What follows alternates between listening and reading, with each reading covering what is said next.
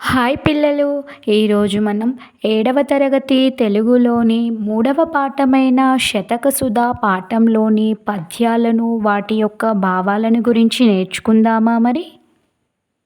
ఆకొన్న కూడే అమృతము తాగొంక నిచ్చువాడే ధాత ధరిత్రిన్ సోకూర్చువాడే మనుజుడు తెగువగలవాడే వంశతిలకుడు సుమతి.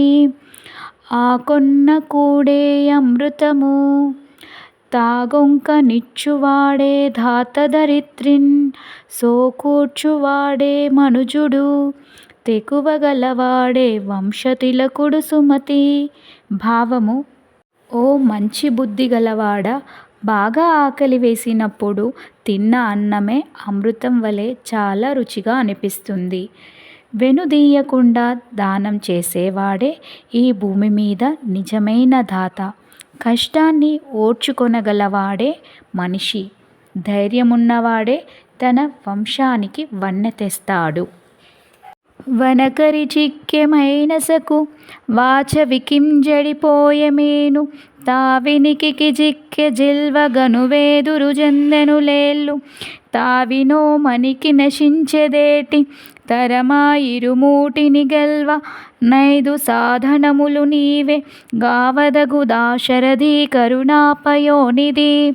వనకరి చిక్కె మైనసకు వాచవికిం జడిపోయెమీను తావినికి జిక్కె జిల్వ గనువెదురుదు జందెను లేళ్ళు తావినో మనికి నశించెదేటి తరమా ఇరుమూటిని గెల్వ నైదు సాధనముల నీవే గావదగు దాశరథి కరుణాపయోనిధి. భావము: కరుణా సముద్రుడా, దశరథపుత్రుడా శ్రీరామ, తన మేని దురదను పోగొట్టుకోవడానికి ఏనుగు, నోటికి రుచిని ఆశించి చేప, రాగానికి లొంగి పాము, దృష్టి భ్రమకు లోనే జింక, పూల వాసనకు మైమరచి తుమ్మెదలు బందీలవుతున్నాయి. ఇట్లా ఒక్కొక్క ప్రాణి ఒక్కొక్క ఇంద్రియ చపలత్వం వల్ల నశిస్తుంది. ఈ పంచేంద్రియ చాపల్యం గల నేను వాటి నుండి ఎలా బయటపడగలను? నీవే నా చాంచల్యాన్ని దూరం చేసి స్థిరమైన బుద్ధిని ప్రసాదించుము. లోకమందెవడైన లోభిమానవుడున్న భిక్షమర్దికి చేత బెట్టలేడు తాను బెట్టకయున్న తగవు పుట్టదు గాని యొరులు పెట్టగ జూచి ఓర్వలేడు.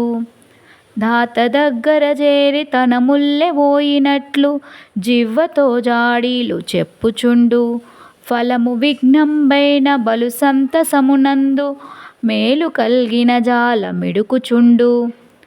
శ్రీరామనాథ ఇటువంటి క్రూరునకున్ భిక్షుకుల శత్రువని పేరు పెట్టవచ్చు.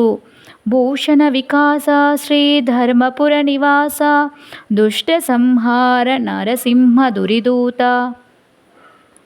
లోకమందెవడైన లోభిమానవుడున్న భిక్షమర్దికి చేత బెట్టలేడు తాను బెట్టకయున్న తగువు పుట్టదు గాని యొరులు పెట్టగ జూచి ఓర్వలేడు.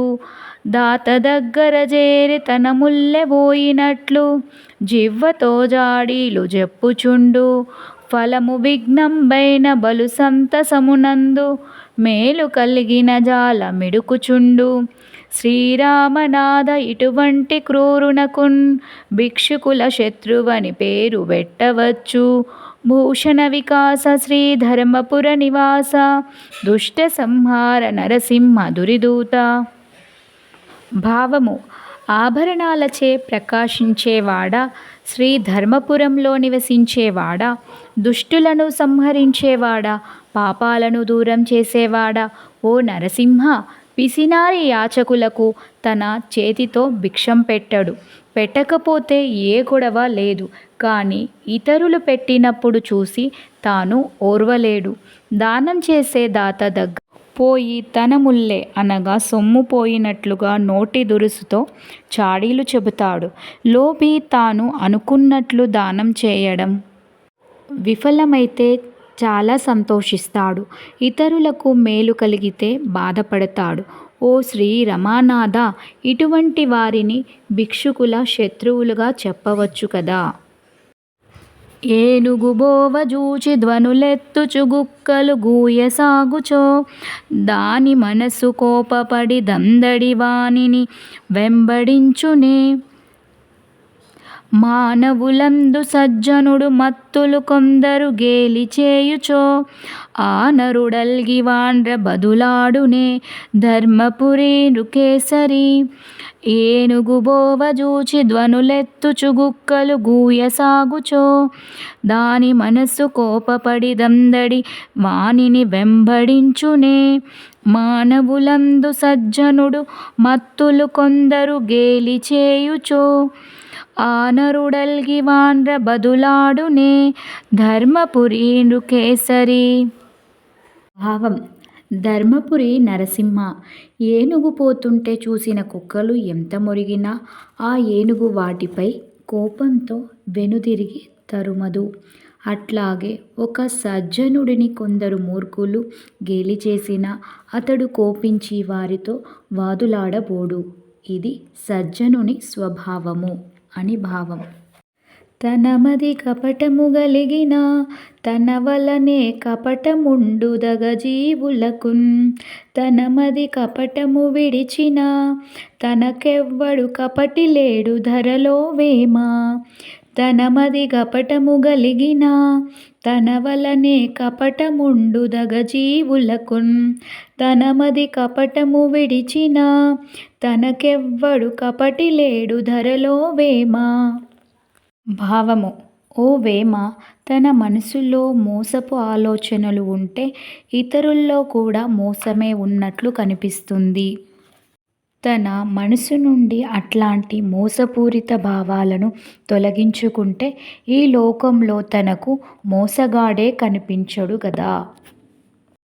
ధనమదమ్ము చేత దానవుండైపోయి పేదవాడు పడెడు బాధ గనుక కష్టపెట్టువారు కలకాలముందురా కల్లగాదురా వికంటి మాట.